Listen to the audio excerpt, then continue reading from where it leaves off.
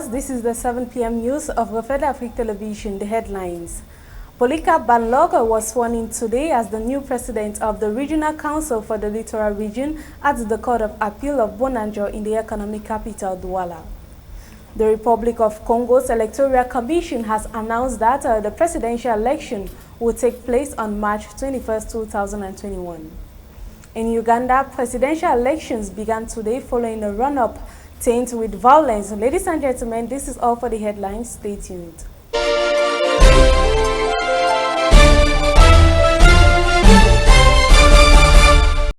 It is the turn of Polycarp Balogun to take an oath before the Court of Appeal in Douala, Bonanjo, as president of the Regional Council for the Littoral Region. This ceremony was held in the presence of a traditional, local and administrative authorities. The new president of the Regional Constitution for the Littoral Region thus engaged in the ritual of taking the oath before the beginning of the exercise of his functions, as in this extract.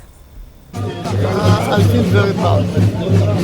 Today is a celebration. If you want to have more information, I prefer that and we can discuss everything and give you my working plan. Now, maybe you want to look at the objective of how the roadmap and how you. My roadmap is already prepared. I want to work on the road development, and I want to work on electricity, water, health and school. That is the 5 positions I want to clarify. In preparation for the Shan 2021 Games, referees organized a seminar that kicked off on Monday to train referees that will assist in the Games. The seminar that was closed today, January 14, will be broadcasted to you tomorrow in our subsequent editions. More than 80 civilians died in the latest attacks in an area of western Ethiopia that has seen recurrent grisly violence in recent months, the National Human Rights Commission said on Wednesday, January 13. The village of Deleti is located in the Metekel area, where hundreds of civilians have been killed by assailants using guns, knives and other weapons in attacks going back to at least September. Prime Minister Abiy Ahmed has struggled to impose order in Mekele or explain what is driving the violence, despite visiting the area in December and empowering a command post to take charges of the security there. There is no known link between the violence and military operations in Ethiopia's northernmost Tigray regions, where Abiy sent in troops in November 2020 to detain and disarm leaders of the dissident regional ruling party.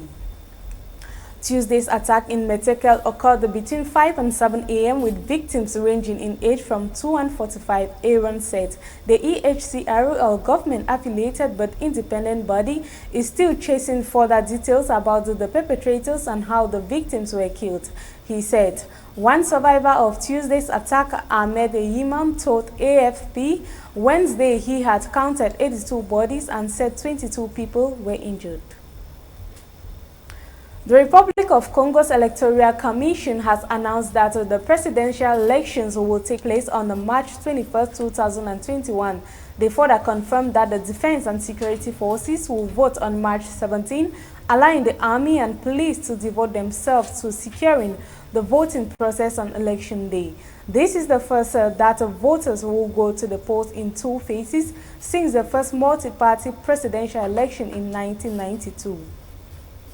The announcement comes as the voter verification process is ongoing to determine the final number of voters for the upcoming poll. The 77-year-old incumbent President Denis Sassou Nguesso has been in charge for 36 years, making him one of the longest-serving presidents in Africa. His challengers include Mathias Zion, who is the former Minister of Finance between 1997 to 2002, and Guy Brice Parfait Colas, who came second in the highly contested 2016 presidential election that Sassou Nguesso won.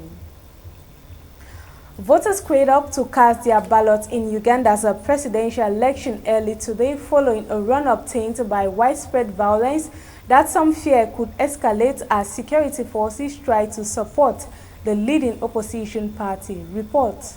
In the election, Wine, a popular young singer turned opposition lawmaker, and 9 other challengers are challenging incumbent President Yoweri Museveni, termed as an authoritarian who has wielded power since 1986 by his opposition and is seeking a sixth term. Wine, whose real name is Robert Kyagulanyi Sentamu, has seen many associated jail or go into hidings as security forces crack down on opposition supporters they fear could mount a street uprising leading to a regime change. More than 17 million people were registered to vote, and a candidate must win more than 50% to avoid a runoff. This D-Day for polls comes after reports that the country's communication regulator on Tuesday ordered internet service providers to shut down social media and messaging applications. According to reports from Reuters news agency, the Ugandan Communication Commission Executive Director ordered telecommunication companies to immediately suspend